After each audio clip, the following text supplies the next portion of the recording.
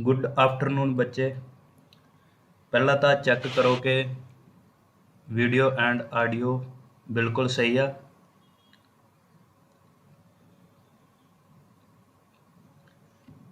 आवाज़ आ रही है?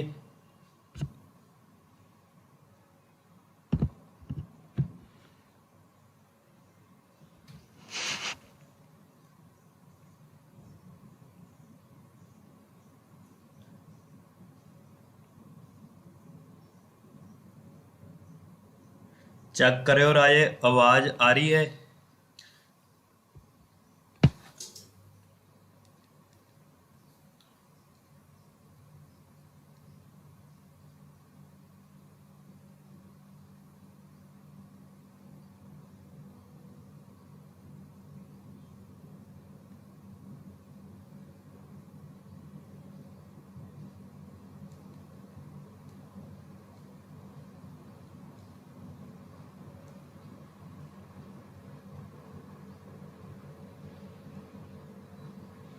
आवाज़ आ रही है राजे?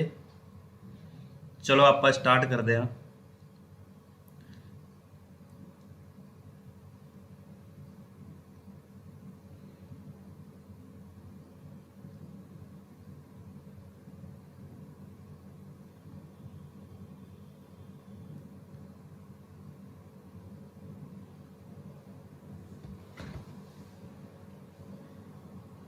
सब तो पहला राजे आप स्टार्ट करांगे polity.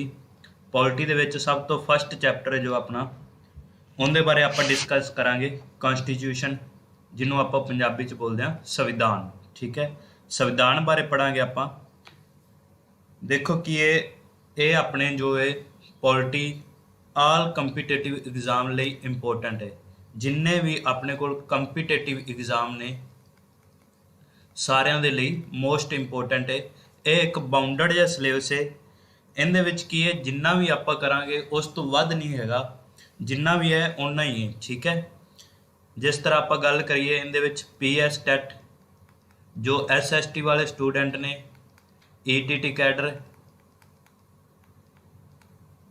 NTT, SSC, RRB and all other जिन्ने भी एग्जाम ने हरेक दे लई मोस्ट इंपोर्टेंट है पॉलिटी। सब तो पहला आपां इहदे विच गल करांगे कॉन्स्टिट्यूशन बारे। कॉन्स्टिट्यूशन बारे पढ़ांगे संविधान के अपना संविधान की है। वैसे देखा जाए जिहड़ी अपनी पॉलिटी है, पॉलिटी बारे हरेक परसन नूं इहदे बारे जानकारी होनी चाहिए है, चाहे कोई पढ़ रहा है चाहे नहीं पढ़ रहा। जिहड़ी पॉलिटी है अपनी पॉलिटी की हरेक नूं ही नॉलेज होनी जरूरी है। ठीक है, इहदे विच की है आपां हुण फस्ट स्टार्ट करांगे। सब तो पहला जिहड़ा अपना कॉन्स्टिट्यूशन है, कॉन्स्टिट्यूशन देखो संविधान है। ठीक है, इनका मतलब की है कॉन्स्टिट्यूशन संविधान, संविधान का मतलब की है। संविधान हुंदा कि जिस तरह आपां गल करिए, ਆਪਾਂ ਕਿਸੇ ਵੀ सोसाइटी ਨੂੰ ਚਲਾਉਣਾ ਹੋਏ, ਕਿਸੇ ਵੀ सोसाइटी ਨੂੰ, कोई भी है सोसाइटी है, जिस तरह आप गल करिए अपना इंडिया है ये वाला। ठीक है, इंडिया है, इनू चलाना है। इनू चलाउण लई की है अपने कोल तीन चीज़ां होणियां जरूरी ने। ठीक है, तो तीन चीज़ां किहड़ियां किहड़ियां ने जिहड़ियां होणियां जरूरी ने? जेकर किसी नूं पता है तो कमेंट दे विच दस सकदा है। फस्ट थिंग अपने कोल की है, एक हुंदा है अपने कोल, फस्ट है अपने को एक हुंदा है लैजिसलेटिव, लैजिसलेटिव। ठीक है, उस तो बाद सैकेंड की है एग्जीक्यूटिव, एग्जीक्यूटिव। उस तो बाद थर्ड की है, थर्ड है अपने को जुडिशरी। ठीक है जी, जेकर आप किसी भी कंट्री में चलाना है तो उनदे विच हरेक कंट्री का की है आपो अपना संविधान होएगा। हरेक कंट्री का अपना अपना संविधान है। जिस तरह अपनी कंट्री का संविधान है, उस तरह हरेक कंट्री का अपना अपना अलग अलग संविधान है। तो संविधान के 3 ऑर्गन होंगे ने। 3 ऑर्गन किहड़े किहड़े ने? Legislative, executive and judiciary. Legislative, executive and judiciary. ठीक है, इनका मतलब हुंदा पंजाबी च इनू बोलदे आ विधान पालिका, पंजाबी च बोलदे आ विधान पालिका। ਉਸ ਤੋਂ ਬਾਅਦ ਐਗਜ਼ੀਕਿਊਟਿਵ ਹੈ। ਐਗਜ਼ੀਕਿਊਟਿਵ ਨੂੰ ਪੰਜਾਬੀ ਚ ਬੋਲਦੇ ਆਪਾਂ ਕਾਰਜਪਾਲਿਕਾ, ਕਾਰਜਪਾਲਿਕਾ। ਉਸ ਤੋਂ ਬਾਅਦ ਹੈ ਜੁਡੀਸ਼ਰੀ। ਜੁਡੀਸ਼ਰੀ ਨੂੰ ਆਪਾਂ ਕੀ ਬੋਲਦੇ ਆ? ਨਿਆਂਪਾਲਿਕਾ। ਜੁਡੀਸ਼ਰੀ ਨੂੰ ਆਪਾਂ ਬੋਲਦੇ ਆ ਨਿਆਂਪਾਲਿਕਾ। ਹਾਂਜੀ ਰਾਜੇ, ਪੀਟੈਟ ਲਈ ਵੀ ਇਹ ਕਲਾਸ ਹੈ। ਪੀਟੈਟ ਲਈ ਵੀ ਹੈ। ਪੀਟੈਟ ਦੇ ਜਿਹੜੇ SST ਦੇ ਸਟੂਡੈਂਟ ਨੇ ਜਿਨ੍ਹਾਂ ਦਾ ਕੰਬੀਨੇਸ਼ਨ ਪੰਜਾਬੀ ਐਂਡ SST ਜਾਂ ਕੋਈ ਹੋਰ ਸਬਜੈਕਟ ਹੋਏ ਉਹਦੇ ਲਈ ਇੰਪੋਰਟੈਂਟ ਹੈ। ਸਭ ਤੋਂ ਪਹਿਲਾਂ ਲੈਜਿਸਲੇਟਿਵ। ਲੈਜਿਸਲੇਟਿਵ ਹੁੰਦਾ ਕੀ ਹੈ? ਜੇਕਰ ਆਪਾਂ ਗੱਲ ਕਰੀਏ ਆਪਣੇ ਜੋ ਵੀ ਕਾਨੂੰਨ ਬਣਾਏ ਜਾਂਦੇ ਨੇ ਇੱਥੇ, ਉਹ ਕੀ ਹੈ? ਮਤਲਬ ਕੀ ਹੈ? ਲੈਜਿਸਲੇਟਿਵ ਦਾ ਮਤਲਬ ਕੀ ਹੈ? ਕਾਨੂੰਨ ਬਣਾਉਣ ਵਾਲੀ ਬੋਡੀ। ਲੈਜਿਸਲੇਟਿਵ ਦਾ ਮਤਲਬ ਕੀ? ਕਾਨੂੰਨ ਬਣਾਉਣ ਵਾਲੀ ਬੋਡੀ, ਮੇਕਿੰਗ ਲਾ। ਠੀਕ ਹੈ, ਮੇਕਿੰਗ ਲਾ। ਲੈਜਿਸਲੇਟਿਵ ਦਾ ਮਤਲਬ ਜੋ ਕਾਨੂੰਨ ਬਣਾਉਂਦੇ ਨੇ ਉਹ ਕਿਹਦੇ ਵਿੱਚ ਆਉਂਦੇ ਨੇ? ਲੈਜਿਸਲੇਟਿਵ ਦੇ ਵਿੱਚ। ਉਸ ਤੋਂ ਬਾਅਦ ਹੈ ਆਪਣੇ ਕੋਲ ਐਗਜ਼ੀਕਿਊਟਿਵ। ਐਗਜ਼ੀਕਿਊਟਿਵ ਦਾ ਮਤਲਬ ਕੀ? ਜੇਕਰ ਆਪਾਂ ਗੱਲ ਕਰੀਏ, ਨਾਮ ਤੋਂ ਹੀ ਪਤਾ ਲੱਗ ਰਿਹਾ ਐਗਜ਼ੀਕਿਊਟਿਵ। ਐਗਜ਼ੀਕਿਊਟਿਵ ਮਤਲਬ ਅੱਗੇ ਉਹਨੂੰ ਲਾਗੂ ਕਰਨਾ। ਲੈਜਿਸਲੇਟਿਵ ਕਾਨੂੰਨ ਨੂੰ ਬਣਾਉਂਦੀ ਹੈ ਤੇ ਐਗਜ਼ੀਕਿਊਟਿਵ ਕੀ ਹੈ? ਉਹਨੂੰ ਅੱਗੇ ਲਾਗੂ ਕਰਦੀ ਹੈ। ਠੀਕ ਹੈ ਜੀ, ਲਾਗੂ ਕਰਨਾ। ਉਸ ਤੋਂ ਬਾਅਦ ਜੁਡੀਸ਼ਰੀ। ਜੁਡੀਸ਼ਰੀ ਦਾ ਕੀ ਕੰਮ ਹੈ? ਜੁਡੀਸ਼ਰੀ ਦਾ ਕੰਮ ਕੀ? ਹੁਣ ਦੇਖੋ, ਲੈਜਿਸਲੇਟਿਵ ਹੈ, ਇਹਨੇ ਕਾਨੂੰਨ ਬਣਾਤੇ। ਉਸ ਤੋਂ ਬਾਅਦ ਐਗਜ਼ੀਕਿਊਟਿਵ ਬੋਡੀ ਹੈ, ਇਹਨੇ ਕੀ ਹੈ? ਕਾਨੂੰਨ ਨੂੰ ਲਾਗੂ ਕਰਤਾ। ਉਸ ਤੋਂ ਬਾਅਦ ਜੁਡੀਸ਼ਰੀ ਦਾ ਕੀ ਕੰਮ ਹੈ? ਇਹਨਾਂ ਦੋਨਾਂ ਦੇ ਉੱਪਰ ਕੀ ਹੈ? ਨਿਗਰਾਨੀ ਰੱਖਣੀ ਹੈ। ਜੁਡੀਸ਼ਰੀ ਦਾ ਕੀ ਕੰਮ ਹੈ? ਇਹਨਾਂ ਦੋਨਾਂ ਦੇ ਉੱਪਰ ਨਿਗਰਾਨੀ ਰੱਖਣੀ ਹੈ। ਮਤਲਬ ਕੀ ਹੈ ਕਿ ਇਹਨਾਂ ਦੇ ਜੋ ਵੀ ਇਹ ਕੰਮ ਕਰਨਗੇ, ਇਹ ਜੁਡੀਸ਼ਰੀ ਜਿਹੜੀ ਹੈ ਇਹਨਾਂ ਦੇ ਉੱਪਰ ਨਿਗਰਾਨੀ ਰੱਖੇਗੀ ਕਿ ਇਹ ਕਨਸਟੀਟਿਊਸ਼ਨ ਤੋਂ ਬਾਹਰ ਤਾਂ ਨਹੀਂ ਜਾ ਰਹੇ, ਕਿ ਕੋਈ ਜਿਹੜਾ ਕਾਨੂੰਨ ਹੈ ਉਹਨੂੰ ਕੋਈ ਗਲਤ ਤਰੀਕੇ ਦੇ ਨਾਲ ਤਾਂ ਨਹੀਂ ਲਿਆ ਰਹੇ। ਠੀਕ ਹੈ, ਉਹ ਕਿਹਦਾ ਕੰਮ ਹੈ? ਜੁਡੀਸ਼ਰੀ ਦਾ ਕੰਮ ਹੈ ਕਿ ਇਹਨਾਂ ਦੋਨਾਂ ਦੇ ਉੱਪਰ ਨਿਗਰਾਨੀ ਕਰਨਾ। ਠੀਕ ਹੈ, ਜੇਕਰ ਆਪਾਂ ਗੱਲ ਕਰੀਏ ਆਪਣੇ ਜੁਡੀਸ਼ਰੀ ਨਾ ਹੁੰਦੀ ਫਿਰ ਤਾਂ ਆਪਾਂ ਨੂੰ ਜਿਹੜੇ ਆਪਣੀਆਂ ਸਰਕਾਰਾਂ ਨੇ, ਗੌਰਮੈਂਟ ਹੈ, ਉਹ ਤਾਂ ਆਪਾਂ ਨੂੰ ਲੁੱਟ ਕੇ ਖਾ ਜਾਣਾ ਸੀਗਾ। ਉਹਨਾਂ ਨੇ ਆਪਣੀ ਮਰਜ਼ੀ ਦੇ ਨਾਲ ਕਾਨੂੰਨ ਵਗੈਰਾ ਲਿਆਉਣੇ ਸੀ ਤੇ ਆਪਣੇ ਤੇ ਅਪਲਾਈ ਕਰ ਦੇਣੇ ਸੀ। ਠੀਕ ਹੈ, ਜਿਹੜਾ ਜੁਡੀਸ਼ਰੀ ਹੈ ਮੋਸਟ ਇੰਪੋਰਟੈਂਟ ਪਾਰਟ ਹੈ ਆਪਣੇ ਕਨਸਟੀਟਿਊਸ਼ਨ ਦਾ।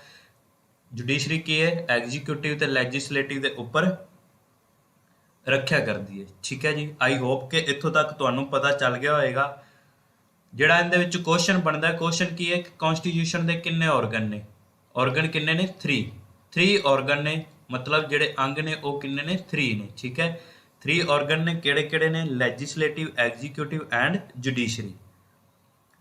ਲੈਜਿਸਲੇਟਿਵ ਮਤਲਬ ਵਿਧਾਨਪਾਲਿਕਾ, ਐਗਜ਼ੀਕਿਊਟਿਵ ਕਾਰਜਪਾਲਿਕਾ ਤੇ ਜਿਹੜੀ ਜੁਡੀਸ਼ਰੀ ਹੈ, ਜੁਡੀਸ਼ਰੀ ਦਾ ਮਤਲਬ ਨਿਆਂਪਾਲਿਕਾ। ਨਿਆਂ ਤੋਂ ਹੀ ਪਤਾ ਲੱਗ ਰਿਹਾ ਕਿ ਨਿਆਂ ਕਰਨਾ। ਠੀਕ ਹੈ, ਲੈਜਿਸਲੇਟਿਵ ਕਾਨੂੰਨ ਬਣਾਉਣ ਵਾਲੀ ਬੋਡੀ, ਐਗਜ਼ੀਕਿਊਟਿਵ ਉਹਨੂੰ ਅੱਗੇ ਲਾਗੂ ਕਰਨ ਵਾਲੀ ਬੋਡੀ ਤੇ ਜੁਡੀਸ਼ਰੀ ਇਹਨਾਂ ਦੋਨਾਂ ਦੇ ਉੱਪਰ ਰੱਖਿਆ ਕਰਦੀ ਹੈ। ਠੀਕ ਹੈ, ਆਈ ਹੋਪ ਕਿ ਇੱਥੋਂ ਤੱਕ ਤੁਹਾਨੂੰ ਪਤਾ ਚੱਲ ਗਿਆ ਹੋਏਗਾ। ਨੈਕਸਟ ਆਪਾਂ ਗੱਲ ਕਰਦੇ ਹਾਂ। ਨੈਕਸਟ ਜਿਹੜਾ ਆਪਣਾ ਕਨਸਟੀਟਿਊਸ਼ਨ ਹੈ, ਸੰਵਿਧਾਨ ਹੈ। ਦੇਖੋ ਕੀ ਹੈ, ਸਭ ਤੋਂ ਪਹਿਲਾਂ ਇੱਕ ਬੰਦਾ ਸੀਗਾ ਜਿਹਨੇ ਕਿਹਾ ਸੀ ਕਿ ਜਿਹਨੇ ਅਫੀਸ਼ੀਅਲ ਤੌਰ ਤੇ ਆਈਡੀਆ ਦਿੱਤਾ ਸੀ ਸੰਵਿਧਾਨ ਬਾਰੇ, ਮੰਗ ਕੀਤੀ ਸੀ 1934 ਦੇ ਵਿੱਚ। ਕੀ ਸੀਗਾ ਆਈਡੀਆ ਆਫ ਕਨਸਟੀਟਿਊਸ਼ਨ ਅਸੈਂਬਲੀ? ਉਹ ਕਿਹਨੇ ਦਿੱਤਾ ਸੀਗਾ? MN ਰੋਏ। MN ਰੋਏ, ROY, RAY ਨਹੀਂ ਆ, ROY, ਰੋਏ। MN ਰੋਏ ਨੇ ਕੀ ਕਰਿਆ ਸੀਗਾ? ਸੰਵਿਧਾਨ ਸਭਾ ਦਾ ਆਈਡੀਆ ਦਿੱਤਾ ਸੀਗਾ। ਠੀਕ ਹੈ, ਉਸ ਤੋਂ ਇਹ ਕੀ ਹੈ? ਇੱਕ ਅਫੀਸ਼ੀਅਲ ਆਈਡੀਆ ਦਿੱਤਾ ਸੀਗਾ MN ਰੋਏ ਨੇ। ਜੇਕਰ ਗੱਲ ਕਰੀਏ ਇਸ ਤੋਂ ਪਹਿਲਾਂ ਵੀ ਇੱਕ ਬੰਦੇ ਨੇ ਆਈਡੀਆ ਦਿੱਤਾ ਸੀਗਾ, ਉਹ ਸੀਗਾ ਆਪਣੇ ਕੋਲ 1895 ਦੇ ਵਿੱਚ। ਉਹ ਪਰਸਨ ਸੀਗਾ ਬਾਲ ਗੰਗਾਧਰ ਤਿਲਕ। ਬਾਲ ਗੰਗਾਧਰ ਤਿਲਕ। ਇਹਨੇ ਕੀ ਕਰਿਆ ਸੀਗਾ? ਇਹਨੇ ਅਸਿੱਧੇ ਤੌਰ ਤੇ ਮਤਲਬ ਇਨਡਾਇਰੈਕਟ ਵੇ ਦੇ ਨਾਲ ਕਨਸਟੀਟਿਊਸ਼ਨ ਬਾਰੇ ਦੱਸਿਆ ਸੀਗਾ, ਸੰਵਿਧਾਨ ਬਾਰੇ ਦੱਸਿਆ ਸੀਗਾ। ਠੀਕ ਹੈ,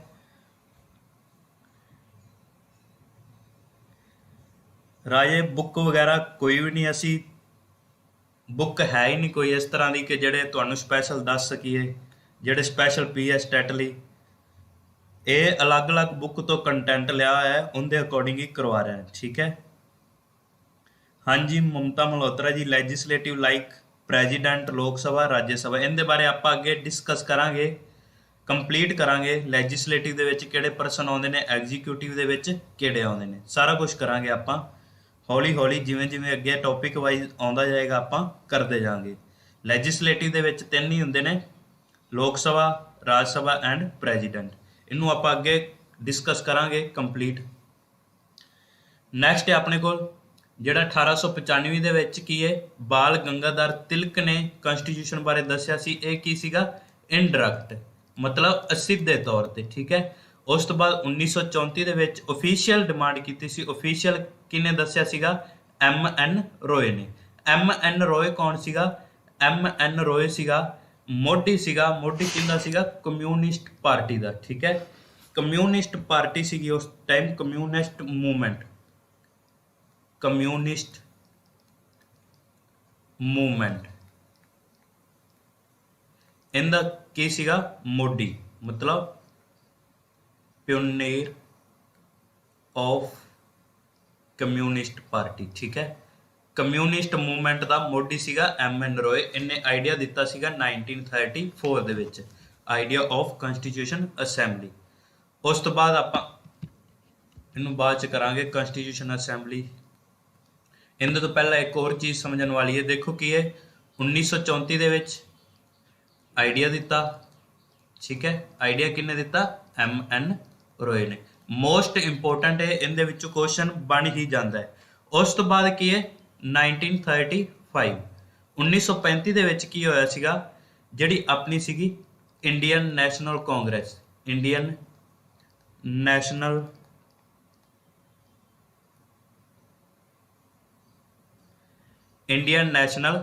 ਕਾਂਗਰਸ। ਇੰਡੀਅਨ ਨੈਸ਼ਨਲ ਕਾਂਗਰਸ ਨੇ ਕੀ ਕਰਿਆ ਸੀ, ਫਸਟ ਟਾਈਮ ਡਿਮਾਂਡ ਕੀਤੀ ਸੀ, ਫਸਟ ਟਾਈਮ ਓਫੀਸ਼ੀਅਲੀ ਡਿਮਾਂਡ, ਠੀਕ ਹੈ। ਫਸਟ ਟਾਈਮ ਓਫੀਸ਼ੀਅਲੀ ਡਿਮਾਂਡ ਕਿਹਦੀ ਕੀਤੀ ਸੀਗੀ, ਕਨਸਟੀਟਿਊਸ਼ਨ ਅਸੈਂਬਲੀ ਦੀ, ਕਨਸਟੀਟਿਊਸ਼ਨਟ ਅਸੈਂਬਲੀ। ਦੇਖੋ ਰਾਜੇ ਅੱਗੇ ਇਹਨੂੰ ਜਿਹੜਾ ਕਨਸਟੀਟਿਊਸ਼ਨਟ ਅਸੈਂਬਲੀ ਹੈ ਇਹਨੂੰ CA ਦੇ ਨਾਲ ਲਿਖਾਂਗੇ। ਇਹਦਾ ਮਤਲਬ ਕੀ ਹੈ, ਸ਼ਾਰਟ ਫਾਰਮ ਦੇ ਵਿੱਚ constitute assembly. Indian national Congress ਨੂੰ ਆਪਾਂ ਨੈਕਸਟ ਕੀ ਲਿਖਾਂਗੇ, INC ਮਤਲਬ ਇੰਡੀਅਨ ਨੈਸ਼ਨਲ ਕਾਂਗਰਸ, ਠੀਕ ਹੈ। ਰਾਜੇ ਮੈਂ ਕਮੈਂਟ ਵੱਲ ਧਿਆਨ ਨਹੀਂ ਦੇਵਾਂਗਾ ਹੁਣ, ਜੋ ਵੀ ਡਾਊਟ ਹੋਏ ਬਾਅਦ ਦੇ ਵਿੱਚ ਪੁੱਛ ਲਿਆ ਤੇ ਤੁਹਾਨੂੰ ਟਾਈਮ ਦਿੱਤਾ ਜਾਏਗਾ, ਠੀਕ ਹੈ। 1934 ਦੇ ਵਿੱਚ ਆਈਡੀਆ ਦਿੱਤਾ, ਆਈਡੀਆ ਕਿਹਨੇ ਦਿੱਤਾ, MN ਰੋਏ ਨੇ। ਉਸ ਤੋਂ ਬਾਅਦ 1935 ਦੇ ਵਿੱਚ 1935 ਦੇ ਵਿੱਚ ਜਿਹੜੀ ਆਪਣੀ ਇੰਡੀਅਨ ਨੈਸ਼ਨਲ ਕਾਂਗਰਸ ਸੀਗੀ, ਉਹਨੇ ਕੀ ਹੈ, ਪਹਿਲੀ ਵਾਰ ਓਫੀਸ਼ੀਅਲੀ ਡਿਮਾਂਡ ਕੀਤੀ ਸੀ, ਸੰਵਿਧਾਨ ਸਭਾ ਦੀ ਪਹਿਲੀ ਵਾਰ ਓਫੀਸ਼ੀਅਲੀ ਡਿਮਾਂਡ ਕੀਤੀ ਸੀ 1935 ਦੇ ਵਿੱਚ ਇੰਡੀਅਨ ਨੈਸ਼ਨਲ ਕਾਂਗਰਸ ਨੇ। ਉਸ ਤੋਂ ਬਾਅਦ ਕੀ ਹੈ, 1938 ਦੇ ਵਿੱਚ ਕੀ ਸੀਗਾ, ਜਿਹੜੀ ਆਪਣੀ ਇੰਡੀਅਨ ਨੈਸ਼ਨਲ ਕਾਂਗਰਸ ਹੈ ਇਹਦੇ ਵਾਲੇ ਪਾਸੋਂ ਕੀ ਹੈ, ਇੱਕ ਪਰਸਨ ਸੀਗਾ ਪੰਡਿਤ ਜਵਾਹਰ ਲਾਲ ਨਹਿਰੂ। ਪੰਡਿਤ ਜਵਾਹਰ ਲਾਲ ਨਹਿਰੂ ਨੇ ਕੀ ਕਿਹਾ ਸੀ, ਇਹਨੇ ਇਹ ਕਿਹਾ ਸੀ ਕਿ ਜਿਹੜਾ ਸਾਡਾ ਸੰਵਿਧਾਨ ਹੋਏਗਾ ਨਾ, ਜਿਹੜਾ ਸਾਡਾ ਸੰਵਿਧਾਨ ਹੈ ਜਿਹੜਾ ਅਸੀਂ ਬਣਾਉਣਾ ਹੈ, ਉਹਦੇ ਵਿੱਚ ਕੀ ਹੈ, ਕੋਈ ਵੀ ਇਹਦੇ ਵਿੱਚ ਆਊਟਸਾਈਡਰ ਨਹੀਂ ਹੋਏਗਾ। ਮਤਲਬ ਇਹਦੇ ਵਿੱਚ ਕੋਈ ਵੀ ਬ੍ਰਿਟਿਸ਼ ਪਰਸਨ ਨਹੀਂ ਹੋਏਗਾ, ਅੰਗਰੇਜ਼ ਅਧਿਕਾਰੀ ਨਹੀਂ ਹੋਏਗਾ। ਮਤਲਬ ਕਿਸ ਤਰ੍ਹਾਂ ਦਾ ਹੋਣਾ ਚਾਹੀਦਾ ਹੈ, without outside interference, without outside interference ਮਤਲਬ ਇਹਦੇ ਵਿੱਚ ਕੋਈ ਵੀ ਬਾਹਰੀ ਬੰਦਾ ਨਹੀਂ ਹੋਏਗਾ। ਤੇ ਇਹਦੇ ਵਿੱਚ ਜਿਹੜੇ ਪਰਸਨ ਇਲੈਕਟ ਕੀਤੇ ਜਾਣਗੇ ਉਹ ਕਿਸ ਬੇਸ ਤੇ ਹੋਣਗੇ, elected on the adult franchise, elected on the adult franchise, ਠੀਕ ਹੈ। ਮਤਲਬ ਕਿਸ ਦੇ ਤੌਰ ਤੇ ਇਹਨਾਂ ਨੂੰ ਚੁਣਿਆ ਜਾਏਗਾ, ਇਲੈਕਟ ਕੀਤਾ ਜਾਏਗਾ, ਕਿਸ ਦੇ ਆਧਾਰ ਤੇ ਇਲੈਕਟ ਕੀਤਾ ਜਾਏਗਾ, ਅਡਲਟ ਫਰੈਂਚਾਈਜ਼। ਅਡਲਟ ਫਰੈਂਚਾਈਜ਼ ਦਾ ਮਤਲਬ ਕੀ ਹੈ, ਹੁਣ ਜੇਕਰ ਆਪਾਂ ਗੱਲ ਕਰੀਏ ਅਡਲਟ ਫਰੈਂਚਾਈਜ਼, ਜੇਕਰ ਆਪਾਂ ਹੁਣ ਦੀ ਗੱਲ ਕਰੀਏ, ਹੁਣ ਅਡਲਟ ਫਰੈਂਚਾਈਜ਼ ਕਿਹੜੇ ਨੇ, ਜਿਨ੍ਹਾਂ ਦੀ 18 ਸਾਲ ਤੋਂ ਉਮਰ ਜ਼ਿਆਦਾ ਹੈ। ਅਡਲਟ ਫਰੈਂਚਾਈਜ਼ ਦਾ ਮਤਲਬ ਹੁੰਦਾ ਹੈ ਕਿ ਜਿਹਨੂੰ ਵੋਟ ਪਾਉਣ ਦਾ ਅਧਿਕਾਰ ਹੈ। ਆਪਣੇ ਹੁਣ ਕਿੰਨੇ ਸਾਲ ਦੀ ਉਮਰ ਵਾਲੇ ਨੂੰ ਵੋਟ ਪਾਉਣ ਦਾ ਅਧਿਕਾਰ ਹੈ, ਜਿੰਦੀ ਉਮਰ 18 ਸਾਲ ਜਾਂ 18 ਸਾਲ ਤੋਂ ਵੱਧ ਹੋ ਜਾਏ, ਉਸ ਪਰਸਨ ਨੂੰ ਕੀ ਹੈ, ਵੋਟ ਪਾਉਣ ਦਾ ਅਧਿਕਾਰ ਹੈ। ਉਹਨੂੰ ਆਪਾਂ ਕੀ ਬੋਲਦੇ ਹਾਂ, ਅਡਲਟ ਫਰੈਂਚਾਈਜ਼, ਅਡਲਟ ਫਰੈਂਚਾਈਜ਼, ਠੀਕ ਹੈ। ਮਤਲਬ ਕਿ ਕਿਆ ਪੰਡਿਤ ਜਵਾਹਰ ਲਾਲ ਨਹਿਰੂ ਨੇ ਕਿ ਜਿਹੜਾ ਸਾਡਾ ਸੰਵਿਧਾਨ ਹੋਏਗਾ ਉਹ ਵਿਦਆਊਟ ਆਊਟਸਾਈਡਰ ਇੰਟਰਫਰੈਂਸ ਹੋਏਗਾ। ਇਹਦੇ ਵਿੱਚ ਕੋਈ ਵੀ ਬਾਹਰੀ ਬੰਦਾ ਨਹੀਂ ਹੋਏਗਾ, ਕੋਈ ਵੀ ਬ੍ਰਿਟਿਸ਼ ਅੰਗਰੇਜ਼ ਅਧਿਕਾਰੀ ਨਹੀਂ ਹੋਏਗਾ। ਤੇ ਕਿਸ ਦੇ ਆਧਾਰ ਤੇ ਜਿਹੜੇ ਪਰਸਨ ਹੋਣਗੇ ਉਹਨਾਂ ਨੂੰ ਚੁਣਿਆ ਜਾਏਗਾ, ਉਹ ਕਿਸ ਦੇ ਆਧਾਰ ਤੇ ਇਲੈਕਟ ਕੀਤੇ ਜਾਣਗੇ, on the basis of adult franchise. ਠੀਕ ਹੈ। ਉਸ ਤੋਂ ਬਾਅਦ ਕੀ ਹੈ ਆਪਣੇ ਕੋਲ, ਜਿਹੜੀ ਇਹ ਵਾਲੀ ਡਿਮਾਂਡ ਸੀਗੀ ਪੰਡਿਤ ਜਵਾਹਰ ਲਾਲ ਨਹਿਰੂ ਦੀ, ਇਹਨੂੰ ਫਾਈਨਲੀ ਕੀ ਹੈ ਅਸੈਪਟ ਕਰ ਲਿਆ ਜਾਂਦਾ। ਠੀਕ ਹੈ। ਫਾਈਨਲੀ ਡਿਮਾਂਡ ਹੈ ਜਿਹੜੀ ਡਿਮਾਂਡ ਅਸੈਪਟ ਕਰ ਲਈ ਜਾਂਦੀ ਹੈ, ਅਸੈਪਟਡ ਬਾਏ ਬ੍ਰਿਟਿਸ਼ ਗਵਰਨਮੈਂਟ। ਠੀਕ ਹੈ। ਡਿਮਾਂਡ ਨੂੰ ਫਾਈਨਲੀ ਅਸੈਪਟ ਕਰ ਲਿਆ ਜਾਂਦਾ ਕਿਹਦੇ ਦੁਆਰਾ, ਬਾਏ ਬ੍ਰਿਟਿਸ਼ ਗਵਰਨਮੈਂਟ। ਠੀਕ ਹੈ। ਬਾਏ ਬ੍ਰਿਟਿਸ਼ ਗਵਰਨਮੈਂਟ ਇਹਨਾਂ ਨੂੰ ਕੀ ਹੈ ਅਸੈਪਟ ਕਰ ਲਿਆ ਜਾਂਦਾ ਹੈ। ਇਹ ਮੋਸਟ ਇੰਪੋਰਟੈਂਟ ਇੱਥੋਂ ਕੁਐਸਚਨ ਬਣਦਾ ਹੈ, ਇਹ ਜਿਹੜੀ ਡਿਮਾਂਡ ਨੂੰ ਅਸੈਪਟ ਕੀਤਾ ਜਾਂਦਾ ਬ੍ਰਿਟਿਸ਼ ਗਵਰਨਮੈਂਟ ਦੁਆਰਾ, ਇਹਨੂੰ ਆਪਾਂ ਕੀ ਬੋਲਦੇ ਹਾਂ? ਹਾਂਜੀ ਰਾਜੇ ਕੀ ਬੋਲਦੇ ਹਾਂ? ਜਿਨ੍ਹਾਂ ਨੇ ਪਹਿਲਾਂ ਕਰਿਆ ਹੋਇਆ ਹੈ, ਜਿਨ੍ਹਾਂ ਨੂੰ ਪਤਾ ਹੈ ਦੱਸੋ। ਜਿਹੜੀ ਡਿਮਾਂਡ ਅਸੈਪਟ ਕੀਤੀ ਗਈ ਸੀ ਬ੍ਰਿਟਿਸ਼ ਗਵਰਨਮੈਂਟ ਦੁਆਰਾ, ਪੰਡਿਤ ਜਵਾਹਰ ਲਾਲ ਨਹਿਰੂ ਨੇ ਜਿਹੜੀ ਮੰਗ ਕੀਤੀ ਸੀ ਕਿ ਜਿਹੜਾ ਸਾਡਾ ਸੰਵਿਧਾਨ ਵਿਦਆਊਟ ਆਊਟਸਾਈਡਰ ਇੰਟਰਫਰੈਂਸ ਹੋਏਗਾ, ਇਲੈਕਟਡ ਔਨ ਅਡਲਟ ਫਰੈਂਚਾਈਜ਼ ਹੋਏਗਾ, ਇਹ ਵਾਲੀ ਡਿਮਾਂਡ ਨੂੰ ਅਸੈਪਟ ਕਰ ਲਿਆ ਸੀ ਬ੍ਰਿਟਿਸ਼ ਗਵਰਨਮੈਂਟ ਨੇ। ਠੀਕ ਹੈ। ਇਹਨੂੰ ਅਸੈਪਟ ਕਰ ਲਿਆ ਸੀ ਬ੍ਰਿਟਿਸ਼ ਗਵਰਨਮੈਂਟ ਨੇ। ਇਹ ਵਾਲੀ ਡਿਮਾਂਡ ਜਿਹੜੀ ਅਸੈਪਟ ਕੀਤੀ ਗਈ ਸੀ ਇਹਨੂੰ ਕੀ ਬੋਲਦੇ ਆ? ਮੋਸਟ ਇੰਪੋਰਟੈਂਟ ਹੈ, ਪੇਪਰ ਦੇ ਵਿੱਚ ਕੁਐਸਚਨ ਕਾਫੀ ਵਾਰ ਆਇਆ ਵੀ ਹੋਇਆ, ਪੁੱਛਿਆ ਆਇਆ ਕੁਐਸਚਨ ਕਾਫੀ ਵਾਰ। ਹਾਂਜੀ ਚਾਈਨਾ ਗਾਬਾ, ਅਗਸਤ ਆਫਰ। ਠੀਕ ਹੈ ਰਾਜੇ, ਅਗਸਤ ਆਫਰ ਕਿੰਨਾ ਸੀਗਾ, ਈਅਰ ਕਿਹੜਾ ਸੀਗਾ ਅਗਸਤ ਆਫਰ? ਮਨਪ੍ਰੀਤ ਅਗਸਤ ਆਫਰ 1940, ਬਿਲਕੁਲ ਸਹੀ ਹੈ ਰਾਜੇ। ਇਹਨੂੰ ਕੀ ਬੋਲਦੇ ਆਪਾਂ? ਅਗਸਤ ਆਫਰ 1940, ਅਗਸਤ ਆਫਰ 1940। ਜਿਹੜੀ ਡਿਮਾਂਡ ਹੈ ਅਸੈਪਟ ਕੀਤੀ ਗਈ ਸੀ ਬ੍ਰਿਟਿਸ਼ ਗਵਰਨਮੈਂਟ ਦੁਆਰਾ, ਉਹਨੂੰ ਆਪਾਂ ਬੋਲਦੇ ਹਾਂ ਅਗਸਤ ਆਫਰ 1940। ਮੋਸਟ ਇੰਪੋਰਟੈਂਟ ਹੈ, ਕੁਐਸਚਨ ਬਣਦਾ ਹੀ ਹੈ ਇਹਦੇ ਵਿੱਚੋਂ। ਕੁਐਸਚਨ ਕਿਸ ਤਰ੍ਹਾਂ ਆਉਂਦਾ ਹੈ ਕਿ ਜਿਹੜੀ ਕੰਸਟੀਟਿਊਟ ਅਸੈਂਬਲੀ ਦੀ ਡਿਮਾਂਡ ਸੀਗੀ, ਉਹ ਫਾਈਨਲੀ ਜਿਹੜੀ ਮਤਲਬ ਬ੍ਰਿਟਿਸ਼ ਗਵਰਨਮੈਂਟ ਦੁਆਰਾ ਅਸੈਪਟ ਕੀਤੀ ਗਈ ਸੀ, ਉਹਨੂੰ ਆਪਾਂ ਕੀ ਬੋਲਦੇ ਆ? ਤਾਂ ਉਸ ਨੂੰ ਕੀ ਨਾਮ ਦਿੱਤਾ ਜਾਂਦਾ ਹੈ? ਅਗਸਤ ਆਫਰ 1940। ਠੀਕ ਹੈ। ਆਈ ਹੋਪ ਕਿ ਇੰਨਾ ਤੁਹਾਨੂੰ ਕਲੀਅਰ ਹੋ ਗਿਆ ਹੋਵੇਗਾ। ਜੇਕਰ ਕਲੀਅਰ ਹੈ ਤਾਂ ਕਲੀਅਰ ਲਿਖੋ, ਫਿਰ ਆਪਾਂ ਅੱਗੇ ਨੈਕਸਟ ਕਰਦੇ ਹਾਂ। ਹਾਂਜੀ ਰਾਜੇ ਕਲੀਅਰ ਹੈ? ਜੇਕਰ ਕਲੀਅਰ ਹੈ ਤਾਂ ਕਲੀਅਰ ਲਿਖੋ, ਆਪਾਂ ਅੱਗੇ ਨੈਕਸਟ ਚੱਲਦੇ ਹਾਂ।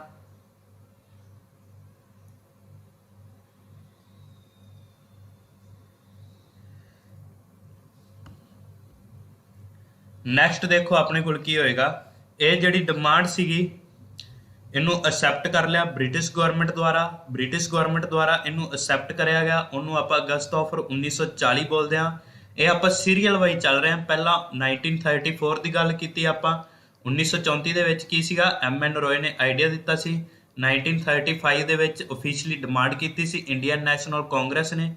ਉਸ ਤੋਂ ਬਾਅਦ 1938 ਦੇ ਵਿੱਚ ਪੰਡਿਤ ਜਵਾਹਰ ਲਾਲ ਨਹਿਰੂ ਨੇ ਕਿਹਾ ਸੀ ਕਿ ਜਿਹੜਾ ਸਾਡਾ ਸੰਵਿਧਾਨ ਹੈ ਇਹਦੇ ਵਿੱਚ ਕੋਈ ਬਾਹਰੀ ਬੰਦਾ ਨਹੀਂ ਹੋਏਗਾ ਤੇ ਇਹ on the basis of adult franchise ਹੋਏਗਾ। ਇਹ ਜਿਹੜੀ ਇਹਦੀ ਮੰਗ ਸੀਗੀ ਇਹਨੂੰ ਬ੍ਰਿਟਿਸ਼ ਗਵਰਨਮੈਂਟ ਨੇ ਅਸੈਪਟ ਕਰ ਲਿਆ ਸੀ। ਇਹਨੂੰ ਆਪਾਂ ਕੀ ਬੋਲਦੇ ਹਾਂ? ਅਗਸਤ ਆਫਰ 1940। ਉਸ ਤੋਂ ਬਾਅਦ ਨੈਕਸਟ ਆ ਜਾਂਦਾ ਆਪਣੇ ਕੋਲ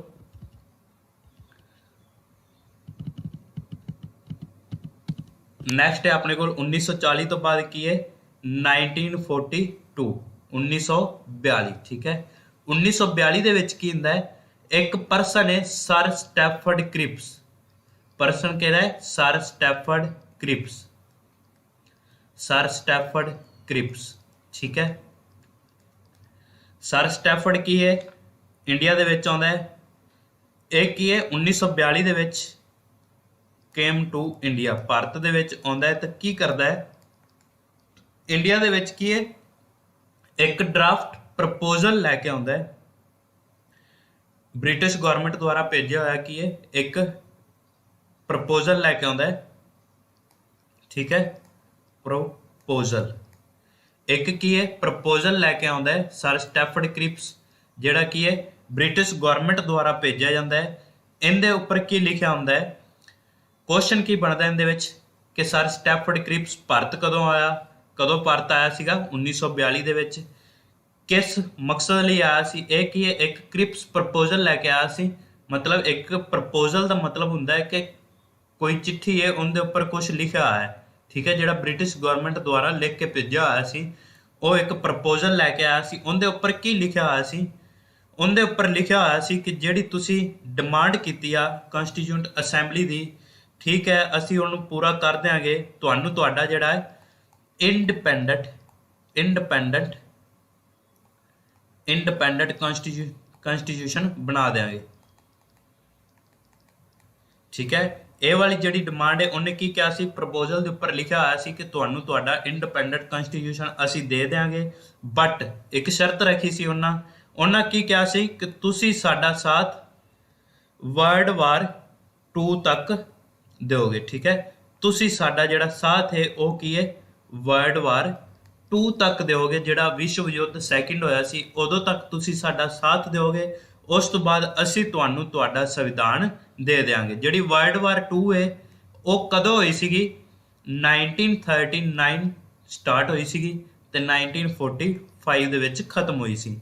1939 ਤੋਂ ਲੈ ਕੇ 1945 ਤੱਕ ਜਿਹੜੀ ਵਰਲਡ ਵਾਰ 2 ਚੱਲੀ ਸੀਗੀ, ਵਿਸ਼ਵ ਯੁੱਧ ਸੈਕਿੰਡ ਚੱਲਿਆ ਸੀਗਾ 1939 ਤੋਂ 1945 ਦੇ ਵਿੱਚ। ਮਤਲਬ ਕੀ ਹੈ, ਹੁਣ ਜਿਹੜਾ ਸਰ ਸਟੈਫਰਡ ਕ੍ਰਿਪਸ ਪ੍ਰਪੋਜ਼ਲ ਲੈ ਕੇ ਆਇਆ ਸੀ ਉਹਦੇ ਉੱਪਰ ਕੀ ਲਿਖਿਆ ਹੋਇਆ ਸੀ ਕਿ ਤੁਸੀਂ ਸਾਡਾ ਸਾਥ ਦਿਓ ਵਰਲਡ ਵਾਰ 2 ਤੱਕ, ਉਸ ਤੋਂ ਬਾਅਦ ਤੁਹਾਨੂੰ ਤੁਹਾਡਾ ਸੰਵਿਧਾਨ ਅਸੀਂ ਬਣਾ ਦਿਆਂਗੇ, ਠੀਕ ਹੈ। ਉਹਨਾਂ ਦੇ ਕਹਿਣ ਦਾ ਮਤਲਬ ਸੀ ਤੁਸੀਂ 1945 ਤੱਕ ਸਾਡਾ ਸਾਥ ਦਿਓਗੇ, ਉਸ ਤੋਂ ਬਾਅਦ ਤੁਹਾਨੂੰ ਤੁਹਾਡਾ ਅਸੀਂ ਅਲੱਗ ਕਨਸਟੀਟਿਊਸ਼ਨ ਬਣਾ ਦਿਆਂਗੇ, ਜਿਹੜਾ ਇੰਡੀਪੈਂਡੈਂਟ ਕਨਸਟੀਟਿਊਸ਼ਨ ਹੋਏਗਾ, ਠੀਕ ਹੈ। ਉਸ ਤੋਂ ਬਾਅਦ ਨੈਕਸਟ ਦੇਖੋ ਕੀ ਹੈ, 1942 ਦੇ ਵਿੱਚ ਸਰ ਸਟੈਫਰਡ ਕ੍ਰਿਪਸ ਆਉਂਦਾ ਹੈ, ਪ੍ਰਪੋਜ਼ਲ ਲੈ ਕੇ ਆਉਂਦਾ ਹੈ, ਵਰਲਡ ਵਾਰ 2 ਤੱਕ ਲਿਖਿਆ ਹੁੰਦਾ ਉੱਪਰ ਕਿ ਤੁਸੀਂ ਸਾਡਾ ਸਾਥ ਦਿਓ, ਉਸ ਤੋਂ ਬਾਅਦ ਤੁਹਾਨੂੰ ਤੁਹਾਡਾ ਸੰਵਿਧਾਨ ਦੇ ਦਿਆਂਗੇ, ਠੀਕ ਹੈ। ਇਹ ਜਿਹੜਾ ਹੈ ਕ੍ਰਿਪਸ ਪ੍ਰਪੋਜ਼ਲ ਹੁੰਦਾ ਹੈ, ਇਹ ਜਿਹੜਾ ਕ੍ਰਿਪਸ ਪ੍ਰਪੋਜ਼ਲ ਲੈ ਕੇ ਆਉਂਦਾ ਹੈ ਸਰ ਸਟੈਫਰਡ ਕ੍ਰਿਪਸ ਪ੍ਰਪੋਜ਼ਲ, ਇਹਨੂੰ ਕੀ ਹੈ ਰਿਜੈਕਟ ਕਰ ਦਿੱਤਾ ਜਾਂਦਾ ਹੈ, ਠੀਕ ਹੈ। ਇਹ ਵਾਲੇ ਕ੍ਰਿਪਸ ਪ੍ਰਪੋਜ਼ਲ ਨੂੰ ਕੀ ਹੈ ਰਿਜੈਕਟ ਕਰ ਦਿੱਤਾ ਜਾਂਦਾ ਹੈ। ਰਿਜੈਕਟ ਕਿਹਦੇ ਦੁਆਰਾ ਕੀਤਾ ਜਾਂਦਾ ਹੈ, ਰਿਜੈਕਟਡ ਬਾਏ ਮੁਸਲਿਮ, ਠੀਕ ਹੈ ਜੀ, ਰਿਜੈਕਟਡ ਬਾਏ ਮੁਸਲਿਮ। ਜਿਹੜੇ ਮੁਸਲਿਮ ਸੀਗੇ, ਮੁਸਲਿਮ ਲੀਗ ਸੀਗੀ, ਮੁਸਲਿਮ ਲੀਗ, ਇਹਨਾਂ ਦੁਆਰਾ ਕੀ ਹੈ ਇਹਨੂੰ ਰਿਜੈਕਟ ਕਰ ਦਿੱਤਾ ਜਾਂਦਾ ਹੈ। ਕਿਉਂ ਰਿਜੈਕਟ ਕਰਿਆ ਜਾਂਦਾ ਹੈ, ਹੁਣ ਦੇਖੋ ਇਹਦੇ ਵਿੱਚ ਦੇਖੋ ਕੀ ਹੈ, ਮੁਸਲਿਮ ਲੀਗ ਦੁਆਰਾ ਇਹਨੂੰ ਰਿਜੈਕਟ ਕਰਿਆ ਜਾਂਦਾ। ਰਿਜੈਕਟ ਕਿਉਂ ਕਰਿਆ ਜਾਂਦਾ ਹੈ, ਕਿਉਂਕਿ ਜਿਹੜੇ ਮੁਸਲਿਮ ਸੀਗੇ ਇਹ ਕੀ ਕਹਿੰਦੇ ਸੀਗੇ ਕਿ ਸਾਨੂੰ ਜਿਹੜਾ ਸਾਡਾ ਸੰਵਿਧਾਨ, ਸਾਨੂੰ ਆਪਦਾ ਵੱਖਰਾ ਸੰਵਿਧਾਨ ਚਾਹੀਦਾ ਹੈ, ਅਸੀਂ ਇੰਡੀਅਨ ਪੀਪਲ ਦੇ ਨਾਲ ਆਪਣਾ ਸੰਵਿਧਾਨ ਨਹੀਂ ਬਣਾਉਣਾ, ਤਾਂ ਕਰਕੇ ਇਹ ਕੀ ਹੈ ਕ੍ਰਿਪਸ ਪ੍ਰਪੋਜ਼ਲ ਨੂੰ ਰਿਜੈਕਟ ਕਰ ਦਿੰਦੇ ਨੇ। ਰਿਜੈਕਟ ਕੌਣ ਕਰਦਾ ਕ੍ਰਿਪਸ ਪ੍ਰਪੋਜ਼ਲ ਨੂੰ, ਮੁਸਲਿਮ ਲੀਗ, ਠੀਕ ਹੈ। ਮੁਸਲਿਮ ਲੀਗ ਦੁਆਰਾ ਇਹ ਕ੍ਰਿਪਸ ਪ੍ਰਪੋਜ਼ਲ ਨੂੰ ਰਿਜੈਕਟ ਕੀਤਾ ਜਾਂਦਾ ਹੈ। ਕਿਉਂ ਰਿਜੈਕਟ ਕੀਤਾ ਜਾਂਦਾ ਹੈ, ਕਿਉਂਕਿ ਜਿਹੜੀ ਮੁਸਲਿਮ ਲੀਗ ਸੀ ਇਹ ਕੀ ਚਾਹੁੰਦੀ ਸੀ, ਇਹ ਚਾਹੁੰਦੀ ਸੀਗੀ ਜਿਹੜਾ ਸਾਡਾ ਮਤਲਬ ਸੰਵਿਧਾਨ ਹੈ ਉਹ ਕੀ ਹੈ 2 ਸੈਪਰੇਟ ਕਨਸਟੀਟਿਊਸ਼ਨ ਹੋਣ। ਇਹ ਚਾਹੁੰਦੇ ਸੀ 2 ਸੈਪਰੇਟ ਕਨਸਟੀਟਿਊਂਟ ਅਸੈਂਬਲੀ, ਸੰਵਿਧਾਨ ਸਭਾ ਜਿਹੜੀ 2 ਹੋਣ, ਮਤਲਬ ਇੰਡੀਅਨ ਦੀ ਅਲੱਗ ਹੋਏ ਤੇ ਜਿਹੜੇ ਮੁਸਲਿਮ ਦੀ ਹੈ ਉਹਨਾਂ ਦੀ ਅਲੱਗ ਹੋਏ, ਠੀਕ ਹੈ।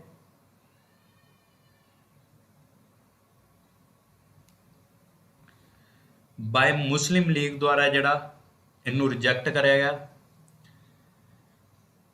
ਹਾਂਜੀ ਰਾਜੇ, ਆਈ ਹੋਪ ਕਿ ਇੱਥੋਂ ਤੱਕ ਤੁਹਾਨੂੰ ਕਲੀਅਰ ਹੋ ਗਿਆ ਹੋਵੇਗਾ। ਜੇਕਰ ਕਲੀਅਰ ਹੈ ਤਾਂ ਦੱਸੋ, ਆਪਾਂ ਨੈਕਸਟ ਅੱਗੇ ਕਰਦੇ ਹਾਂ। ਹਿੰਦੂ ਤੇ ਮੁਸਲਿਮ ਦਾ ਇਕੱਠਾ ਕਨਸਟੀਟਿਊਸ਼ਨ ਬਾਰੇ ਲਿਖਾ ਹੋਇਆ ਸੀ, ਇਹਦੇ ਬਾਰੇ ਆਪਾਂ ਕਰਦੇ ਹਾਂ ਡਿਸਕਸ। ਇੱਕ ਵਾਰੀ ਕਰਵਾ ਲੈਣ ਦਿਓ, ਫਿਰ ਦੱਸਿਆ ਦੇ ਜੇਕਰ ਕੋਈ ਡਾਊਟ ਹੋਏ ਤਾਂ। ਹੁਣ ਆਪਾਂ ਇਹਦੇ ਬਾਰੇ ਕਰਨਾ ਅੱਗੇ। ਦੇਖੋ ਕੀ ਹੈ, ਜਿਹੜੀ ਮੁਸਲਿਮ ਲੀਗ ਸੀ ਇਹਨਾਂ ਨੇ ਰਿਜੈਕਟ ਕਰਤਾ ਕ੍ਰਿਪਸ ਪ੍ਰਪੋਜ਼ਲ ਨੂੰ। ਕਿਉਂ ਰਿਜੈਕਟ ਕਰਿਆ, ਕਿਉਂਕਿ ਇਹ ਕੀ ਚਾਹੁੰਦੇ ਸੀ, ਇੱਕ ਅਲੱਗ ਕਨਸਟੀਟਿਊਸ਼ਨ ਆਪਣਾ ਚਾਹੁੰਦੇ ਸੀ, ਠੀਕ ਹੈ।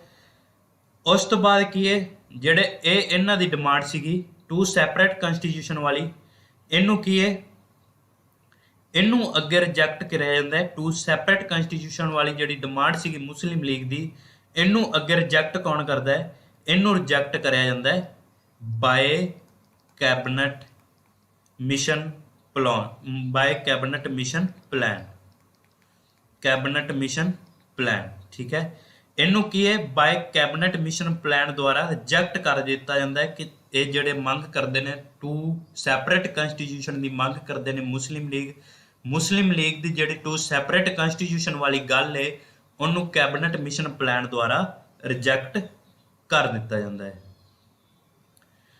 ठीक है, जिहड़ा क्रिप्स प्रपोजल सी बच्चों नूं इहदे विच कन्फ्यूजन हुंदी है, बहुत कन्फ्यूजन हुंदी। क्रिप्स प्रपोजल नूं रिजैक्ट करिया सी मुस्लिम लीग ने, ते जिहड़े मुस्लिम लीग की गल सीगी टू सैपरेट कंस्टीट्यूशन वाली उन्होंने रिजैक्ट करिया सीगा, उन्होंने जिहड़े टू सैपरेट कंस्टीट्यूशन वाली गल है उन्होंने रिजैक्ट करिया सीगा कैबिनेट मिशन प्लान ने।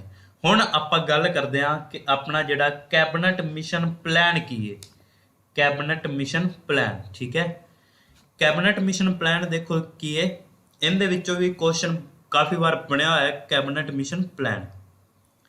ये भी एक ब्रिटिश गवर्नमेंट द्वारा ही भेजा हुआ सीगा।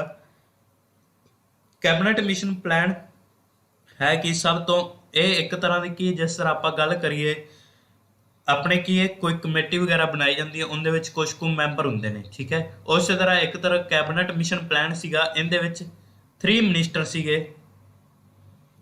3 मिनिस्टर। ठीक है, 3 मिनिस्टर किहड़े किहड़े सीगे, जेकर किसी नूं पता है तो दस सकते हो।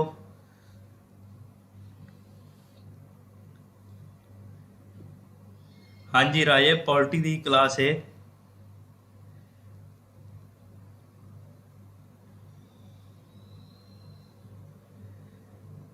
तीन मिनिस्टर सीगे कैबिनेट मिशन के plan which. Cabinet mission 3 minister नूं मिला के बनिया सी। वो किहड़े किहड़े मिनिस्टर सीगे? 3 कैबिनेट मिनिस्टर सीगे, 3 कैबिनेट मिनिस्टर सीगे, किहड़े किहड़े सीगे? हाँ जी, पता है किसी नूं? लॉर्ड पैथिक लॉरेंस, ठीक है। उस तो बाद सर स्टैफर्ड क्रिप्स, ये भी ठीक है। 2 हो गया, एक रह गया। Pethick Lawrence, Stafford Cripps, Pethick Lawrence, Lord Pethick Lawrence, सही है। एक होर है, वो किहड़ा है? अलेक्जेंडर, ठीक है। देखो कि ये 3 मिनिस्टर किहड़े किहड़े सीगे। फर्स्ट सीगा अपने को Lord Pethick Lawrence, Lord Pethick Lawrence, ठीक है। फर्स्ट सीगा अपने को लॉर्ड पैथिक लॉरेंस। उस तो बाद सैकेंड है sir Stafford Cripps, sir Stafford Cripps, ठीक है। उस तो बाद सीगा जिहड़ा थर्ड है वो कौन है? Mister A.V. Alexander, A.V. Alexander, ठीक है। क्वेश्चन की आउंदा इहदे विच पेपर दे विच कि जिहड़ा कैबिनेट मिशन प्लान है इहदा हैड कौन सीगा? हैड कौन सीगा? Lord Pethick Lawrence. Lord Pethick Lawrence की सीगा? हैड सी कैबिनेट मिशन प्लान दा, ठीक है। कैबिनेट मिशन प्लान है जिहड़ा इहदा हैड है लॉर्ड पैथिक लॉरेंस। 3 मिनिस्टर नूं मिला के बनिया सीगा, किहड़े किहड़े ने? Lord Pethick Lawrence, sir Stafford Cripps and A.V. Alexander, ठीक है।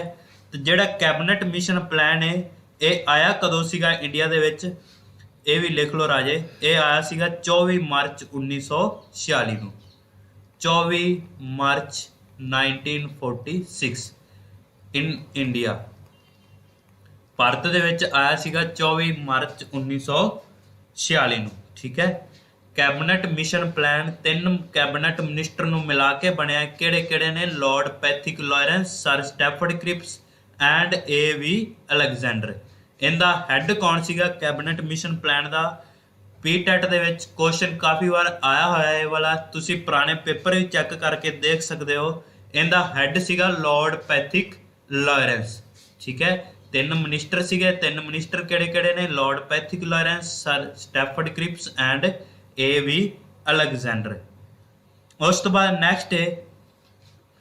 नैक्सट जिहड़ा अपने कोल की है, जिहड़ी अपनी कॉन्स्टिट्यूशन असैंबली है ये बननी स्टार्ट हो गई सी। कदों बननी स्टार्ट हो गई सी? Constitution assembly was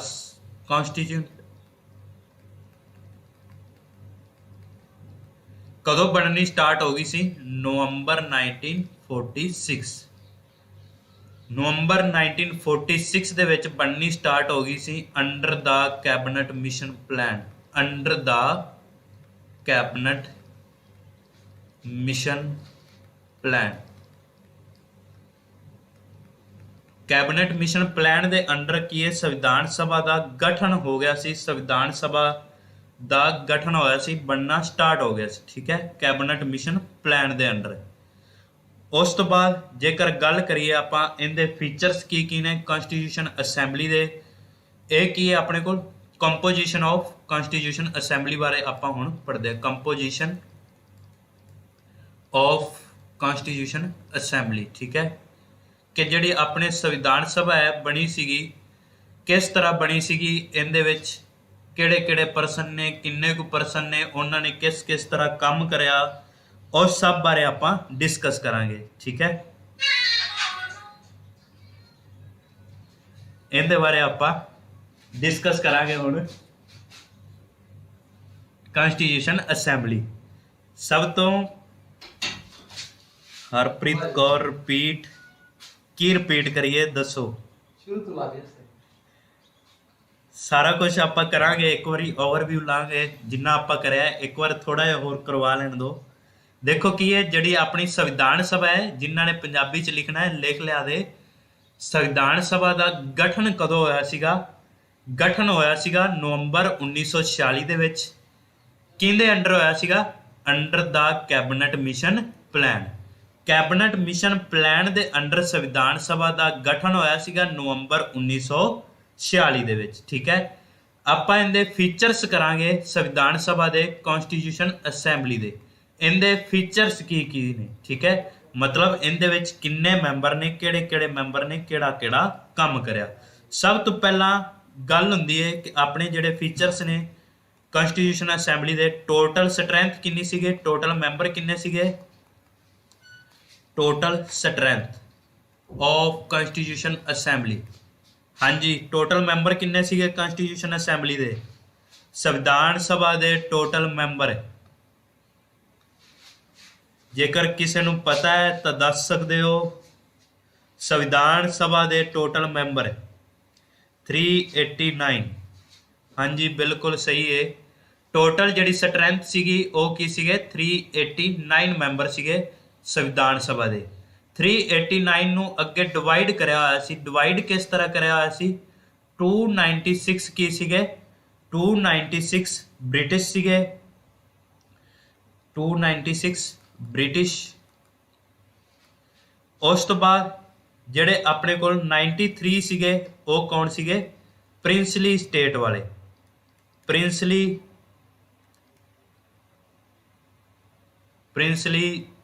state. ਠੀਕ ਹੈ, ਪ੍ਰਿੰਸਲੀ ਸਟੇਟ मतलब ਕੀ ਹੈ? ਰਾਜੇ ਮਹਾਰਾਜੇ। ਠੀਕ ਹੈ, 93 ਸੀਗੇ ਉਹ ਕਿਹੜੇ ਸੀਗੇ? ਰਾਜੇ ਮਹਾਰਾਜੇ, ਪ੍ਰਿੰਸਲੀ ਸਟੇਟ ਵਾਲੇ। ਉਸ ਤੋਂ ਬਾਅਦ 296 ਕੀ ਸੀਗੇ? ਬ੍ਰਿਟਿਸ਼ ਇੰਡੀਆ ਵਾਲੇ। ਇਹਨੂੰ ਅੱਗੇ ਹੋਰ ਡਿਵਾਈਡ ਕਰਿਆ ਹੈ 296 ਨੂੰ। ਇਹਦੇ ਵਿੱਚੋਂ 292 ਨੇ ਜਿਹੜੇ ਉਹ ਕੀ ਸੀਗੇ? ਡਾਇਰੈਕਟ ਬ੍ਰਿਟਿਸ਼ ਇੰਡੀਅਨ ਸੀਗੇ। 292 ਡਾਇਰੈਕਟ ਸੀਗੇ ਬ੍ਰਿਟਿਸ਼ इंडियन। कितने बजे लाने तो मैं लेट ही है। ब्रिटिश इंडियन ਇਹ ਕੀ ਸੀਗੇ? ਡਾਇਰੈਕਟ ਬ੍ਰਿਟਿਸ਼ ਇੰਡੀਅਨ ਸੀਗੇ। ਤੇ ਇਹਦੇ ਵਿੱਚੋਂ ਜਿਹੜੇ 4 ਸੀਗੇ, 4 ਚੀਫ ਕਮਿਸ਼ਨਰ ਸੀਗੇ। ਚੀਫ ਕਮਿਸ਼ਨਰ 4 ਸਟੇਟਾਂ ਸੀਗੀਆਂ। 4 ਸਟੇਟਾਂ ਸੀਗੀਆਂ। 4 ਸਟੇਟਾਂ ਦੇ ਚੀਫ ਕਮਿਸ਼ਨਰ ਸੀਗੇ। ਕਿਹੜੇ ਕਿਹੜੀਆਂ 4 ਸਟੇਟਾਂ ਸੀਗੀਆਂ? ਫਸਟ ਹੈ ਆਪਣੇ ਕੋਲ ਅਜਮੇਰ। ਉਸ ਤੋਂ ਬਾਅਦ ਬਲੂਚਿਸਤਾਨ। ਉਸ ਤੋਂ ਬਾਅਦ ਦਿੱਲੀ। ਉਸ ਤੋਂ ਬਾਅਦ ਇੱਕ ਸੀਗੀ ਕੁਰਗ। ਇੱਕ ਸੀਗੀ ਆਪਣੇ ਕੋਲ ਕੁਰਗ। ਠੀਕ ਹੈ, 4 ਸਟੇਟਾਂ ਸੀਗੀਆਂ। 4 ਕਿਹੜੀਆਂ ਕਿਹੜੀਆਂ ਸਟੇਟਾਂ ਨੇ? ਅਜਮੇਰ, ਬਲੂਚਿਸਤਾਨ, ਦਿੱਲੀ ਐਂਡ ਕੁਰਗ। ਜੇਕਰ ਯਾਦ ਰੱਖਣਾ ਯਾਦ ਰੱਖ ਸਕਦੇ ਹੋ A B C D ਦੇ ਨਾਲ। A ਤੇ ਅਜਮੇਰ, बी ते बलूचिस्तान, सी ते कुर्ग एंड डी ते दिल्ली। दिल्ली ते अजमेर, बलूचिस्तान, कुर्ग 4 स्टेटां सीगीਆਂ। 4 स्टेटां ਦੇ ਚੀਫ ਕਮਿਸ਼ਨਰ ਸੀਗੇ, ਮਤਲਬ ਇਹਨਾਂ 4 ਸਟੇਟਾਂ ਦੇ ਜਿਹੜੇ ਮੁਖੀ ਸੀਗੇ ਉਹਨਾਂ ਨੂੰ ਵੀ ਇਹਦੇ ਵਿੱਚ ਮੈਂਬਰ ਬਣਾਇਆ ਗਿਆ ਸੀ। ਠੀਕ ਹੈ। 292 ਡਾਇਰੈਕਟ ਬ੍ਰਿਟਿਸ਼ ਇੰਡੀਅਨ ਸੀਗੇ। ਉਸ ਤੋਂ ਬਾਅਦ 93 ਪ੍ਰਿੰਸਲੀ ਸਟੇਟ ਵਾਲੀ ਸੀਗੇ। ਨੈਕਸਟ ਆਪਾਂ ਗੱਲ ਕਰਦੇ ਹਾਂ ਪ੍ਰਿੰਸਲੀ ਸਟੇਟ ਲਿਖ ਲਿਆ ਦੇ ਰਾਜੇ ਮਹਾਰਾਜੇ। ਠੀਕ ਹੈ। ਅੱਗੇ ਕਰੀਏ ਜਾਂ ਇੰਨਾ ਬਹੁਤ ਹੈ?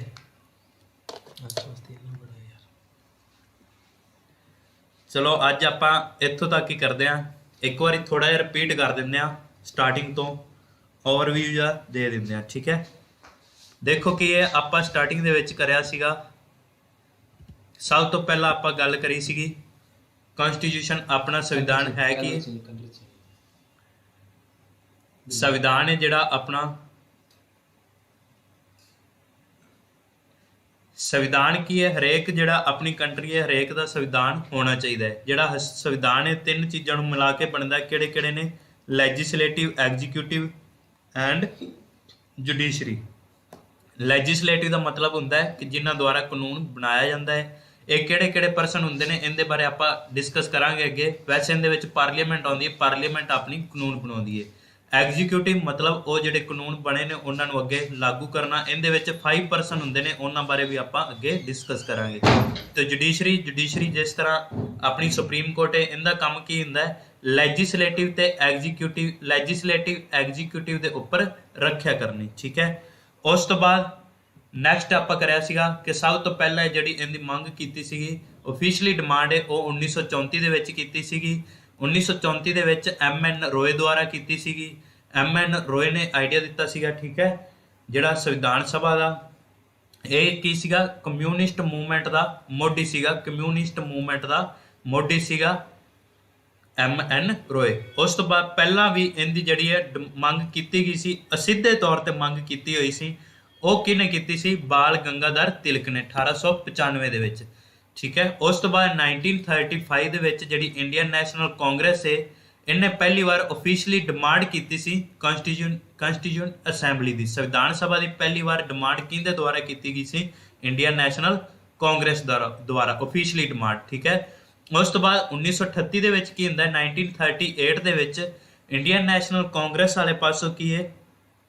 ਪੰਡਿਤ ਜਵਾਹਰ ਲਾਲ ਨਹਿਰੂ ਦੁਆਰਾ ਇਹ ਕਿਹਾ ਜਾਂਦਾ ਹੈ ਕਿ ਜਿਹੜਾ ਸਾਡਾ ਸੰਵਿਧਾਨ ਹੋਏਗਾ ਵਿਦਆਊਟ ਆਊਟਸਾਈਡਰ ਇੰਟਰਫੇਰੈਂਸ, ਇਹਦੇ ਵਿੱਚ ਕੋਈ ਵੀ ਬਾਹਰੀ ਬੰਦਾ ਨਹੀਂ ਹੋਏਗਾ। ਤੇ ਕਿਸ ਦੇ ਬੇਸ ਤੇ ਇਲੈਕਟ ਕਰਿਆ ਜਾਏਗਾ? Elected on the basis of adult franchise. Adult franchise ਦੇ ਬੇਸ ਤੇ ਇਹਨਾਂ ਨੂੰ ਮੈਂਬਰਾਂ ਨੂੰ ਇਲੈਕਟ ਕਰਿਆ ਜਾਏਗਾ। ਅਡਲਟ ਫਰੈਂਚਾਈਜ਼ ਦਾ ਮਤਲਬ ਜਿਹਨੂੰ ਵੋਟ ਪਾਉਣ ਦਾ ਅਧਿਕਾਰ ਹੋਏ। ਉਸ ਤੋਂ ਬਾਅਦ ਜਿਹੜੀ ਇਹ ਵਾਲੀ ਡਿਮਾਂਡ ਸੀਗੀ ਇਹਨੂੰ ਬ੍ਰਿਟਿਸ਼ ਗਵਰਨਮੈਂਟ ਨੇ ਮੰਨ ਲਿਆ ਸੀਗਾ। ਇਹ ਵਾਲੀ ਡਿਮਾਂਡ ਮੰਨੀ ਸੀਗੀ ਬ੍ਰਿਟਿਸ਼ ਗਵਰਨਮੈਂਟ ਦੁਆਰਾ ਤੇ ਇਹਨੂੰ ਆਪਾਂ ਕੀ ਬੋਲਦੇ ਹਾਂ? ਅਗਸਤ ਆਫਰ 1940। ਠੀਕ ਹੈ। ਉਸ ਤੋਂ ਬਾਅਦ ਆਪਣੇ ਕੋਲ ਆ ਜਾਂਦਾ ਹੈ ਉਸ ਤੋਂ ਬਾਅਦ ਨੈਕਸਟ ਆਪਾਂ ਕਰਿਆ ਸੀਗਾ ਨੈਕਸਟ ਆ ਜਾਂਦਾ 1942 ਦੇ ਵਿੱਚ ਸਰ ਸਟੈਫਰਡ ਕ੍ਰਿਪਸ ਭਾਰਤ ਦੇ ਵਿੱਚ ਆਉਂਦਾ ਹੈ। ਭਾਰਤ ਦੇ ਵਿੱਚ ਇੱਕ ਪ੍ਰਪੋਜ਼ਲ ਲੈ ਕੇ ਆਉਂਦਾ ਕ੍ਰਿਪਸ ਪ੍ਰਪੋਜ਼ਲ, ਜਿਹਦੇ ਉੱਪਰ ਲਿਖਿਆ ਕੀ ਹੁੰਦਾ ਹੈ? ਇਹਦੇ ਉੱਪਰ ਲਿਖਿਆ ਹੁੰਦਾ ਹੈ ਕਿ ਤੁਸੀਂ ਸਾਡਾ ਵਰਲਡ ਵਾਰ 2 ਤੱਕ ਸਾਥ ਦਿਓ, ਉਸ ਤੋਂ ਬਾਅਦ ਤੁਹਾਨੂੰ ਤੁਹਾਡਾ ਅਸੀਂ ਅਲੱਗ ਕਨਸਟੀਟਿਊਸ਼ਨ ਬਣਾ ਦੇਵਾਂਗੇ। ਠੀਕ ਹੈ। ਇਹ ਜਿਹੜਾ ਹੈ ਕ੍ਰਿਪਸ ਪ੍ਰਪੋਜ਼ਲ ਲੈ ਕੇ ਆਉਂਦਾ ਹੈ। ਇਹ ਵਾਲੇ ਕ੍ਰਿਪਸ ਪ੍ਰਪੋਜ਼ਲ ਨੂੰ ਕੀ ਹੈ? ਇੱਕ ਚੀਜ਼ ਰਹਿ ਗਈ ਆਪਣੇ ਕੋਲ। ਇਹ ਵਾਲਾ ਜਿਹੜਾ ਕ੍ਰਿਪਸ ਪ੍ਰਪੋਜ਼ਲ ਲੈ ਕੇ ਆਉਂਦਾ ਇਹ ਵਾਲੇ ਕ੍ਰਿਪਸ ਪ੍ਰਪੋਜ਼ਲ ਨੂੰ ਕੀ ਬੋਲਿਆ ਜਾਂਦਾ ਹੈ? ਇਹਨੂੰ ਪੋਸਟ ਡੇਟਡ ਚੈੱਕ ਬੋਲਿਆ ਜਾਂਦਾ। Post dated check, post dated check ਬੋਲਿਆ ਜਾਂਦਾ ਕ੍ਰਿਪਸ ਪ੍ਰਪੋਜ਼ਲ ਨੂੰ, ਜਿਹੜਾ ਸਰ ਸਟੈਫਰਡ ਕ੍ਰਿਪਸ ਦੁਆਰਾ ਲਿਆਇਆ ਜਾਂਦਾ ਹੈ। ਇਹ ਜਿਹੜਾ ਪੋਸਟ ਡੇਟਡ ਚੈੱਕ ਬੋਲਿਆ ਜਾਂਦਾ ਕਿਹਦੇ ਦੁਆਰਾ ਬੋਲਿਆ ਜਾਂਦਾ ਹੈ? ਮਹਾਤਮਾ ਗਾਂਧੀ ਦੁਆਰਾ। ਠੀਕ ਹੈ। ਮਹਾਤਮਾ ਗਾਂਧੀ ਦੁਆਰਾ, ਮਹਾਤਮਾ ਗਾਂਧੀ ਦੁਆਰਾ ਇਹਨੂੰ ਕੀ ਹੈ? ਪੋਸਟ ਡੇਟਡ ਚੈੱਕ ਬੋਲਿਆ ਜਾਂਦਾ। ਕਿਉਂ ਬੋਲਿਆ ਜਾਂਦਾ ਪੋਸਟ ਡੇਟਡ ਚੈੱਕ ਦਾ ਮਤਲਬ ਕੀ ਹੈ? ਕਿ ਆਉਣ ਵਾਲੇ ਸਮੇਂ ਦੇ ਵਿੱਚ ਇਹਦੀ ਕੋਈ ਗਰੰਟੀ ਨਹੀਂ ਹੈ। ਮਤਲਬ ਜਿਹੜੇ ਅੰਗਰੇਜ਼ ਅਧਿਕਾਰੀ ਨੇ ਉਹ ਕਹਿ ਰਹੇ ਨੇ ਕਿ ਤੁਸੀਂ ਸਾਡਾ ਵਰਲਡ ਵਾਰ 2 ਤੱਕ ਸਾਥ ਦਿਓ, ਉਸ ਤੋਂ ਬਾਅਦ ਤੁਹਾਨੂੰ ਤੁਹਾਡਾ ਸੰਵਿਧਾਨ ਬਣਾ ਦੇਵਾਂਗੇ। ਬਟ ਕੀ ਹੈ? ਮਹਾਤਮਾ ਗਾਂਧੀ ਇਸ ਪ੍ਰਪੋਜ਼ਲ ਨੂੰ ਪੋਸਟ ਡੇਟਡ ਚੈੱਕ ਬੋਲ ਦਿੰਦਾ। ਕਿਉਂ ਬੋਲਦਾ? ਕਿਉਂਕਿ ਇਹ ਕਹਿੰਦਾ ਕਿ ਜਿਹੜੇ ਅੰਗਰੇਜ਼ ਨੇ ਆਉਣ ਵਾਲੇ ਸਮੇਂ ਦੇ ਵਿੱਚ ਇਹਨਾਂ ਦੀ ਕੋਈ ਗਰੰਟੀ ਨਹੀਂ ਕਿ ਇਹ ਆਪਣੇ ਕੀ ਹੈ ਗੱਲ ਤੋਂ ਮੁੱਕਰ ਵੀ ਸਕਦੇ ਨੇ। ਠੀਕ ਹੈ। ਉਸ ਤੋਂ ਬਾਅਦ ਨੈਕਸਟ ਆਪਾਂ ਕਰਿਆ ਜਿਹੜਾ ਕ੍ਰਿਪਸ ਪ੍ਰਪੋਜ਼ਲ ਸੀ ਇਹਨੂੰ ਰਿਜੈਕਟ ਕਰ ਦਿੱਤਾ ਗਿਆ। ਕਿਹਦੇ ਦੁਆਰਾ ਰਿਜੈਕਟ ਕੀਤਾ ਗਿਆ? ਬਾਏ ਮੁਸਲਿਮ ਲੀਗ ਦੁਆਰਾ। ਕਿਉਂ ਰਿਜੈਕਟ ਕਰਿਆ ਗਿਆ? ਕਿਉਂਕਿ ਇਹ ਚਾਹੁੰਦੇ ਸੀ ਕਿ ਸਾਡਾ ਜਿਹੜੇ ਦੋ ਅਲੱਗ-ਅਲੱਗ ਸੰਵਿਧਾਨ ਬਣਨ, 2 ਸੈਪਰੇਟ ਕਨਸਟੀਟਿਊਸ਼ਨ ਅਸੈਂਬਲੀ ਹੋਏ। ਠੀਕ ਹੈ ਜੀ। ਇਹ ਵਾਲੇ ਜਿਹੜੇ 2 ਸੈਪਰੇਟ ਵਾਲੀ ਮੁਸਲਿਮ ਲੀਗ ਦੀ ਗੱਲ ਹੈ ਇਹਨੂੰ ਕੈਬਨਿਟ ਮਿਸ਼ਨ ਨੇ ਰਿਜੈਕਟ ਕਰਤਾ। ਕੈਬਨਿਟ ਮਿਸ਼ਨ ਕੀ ਸੀਗੀ ਆਪਣੇ ਕੋਲ? ਜਿਹੜੀ ਕੈਬਨਿਟ ਮਿਸ਼ਨ ਹੈ 3 ਕੈਬਨਿਟ ਮਿਨਿਸਟਰ ਨੂੰ ਮਿਲਾ ਕੇ ਬਣਿਆ ਸੀਗਾ। ਕਿਹੜੇ? Lord Pethick Lawrence, Stafford Cripps, A.V. Alexander. ਠੀਕ ਹੈ। 3 ਮਿਨਿਸਟਰਾਂ ਨੂੰ ਮਿਲਾ ਕੇ ਬਣਿਆ ਸੀ। ਇਹਦਾ ਹੈੱਡ ਕੌਣ ਸੀਗਾ? Lord Pethick Lawrence.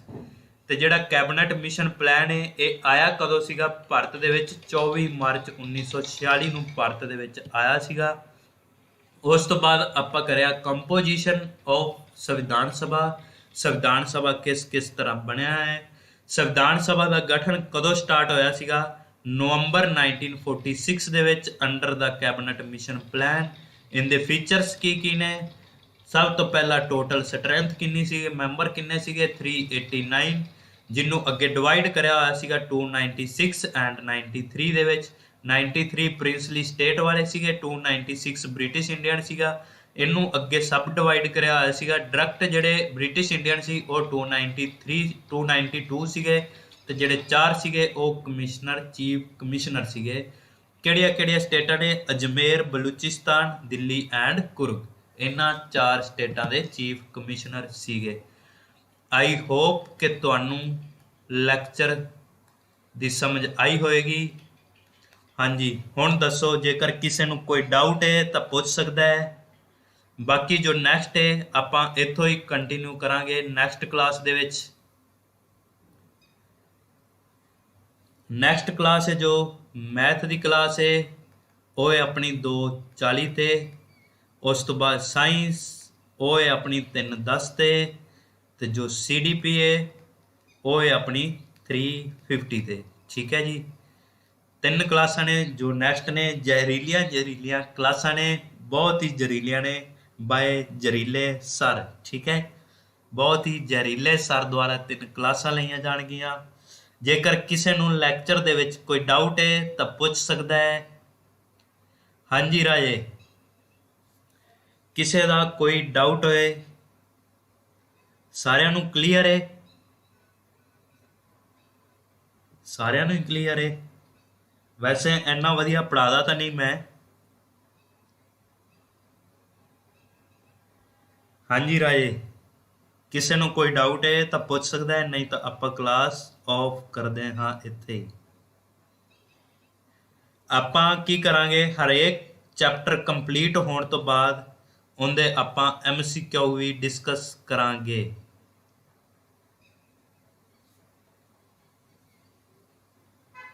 ਠੀਕ ਹੈ ਜੀ, ਥੈਂਕ ਯੂ। ਇੰਨਾ ਟਾਈਮ ਦੇਣ ਲਈ ਬਹੁਤ ਬਹੁਤ ਥੈਂਕ ਯੂ। ਖੁਸ਼ ਰਹੋ, ਹੱਸਦੇ ਰਹੋ। ਥੈਂਕ ਯੂ ਜੀ।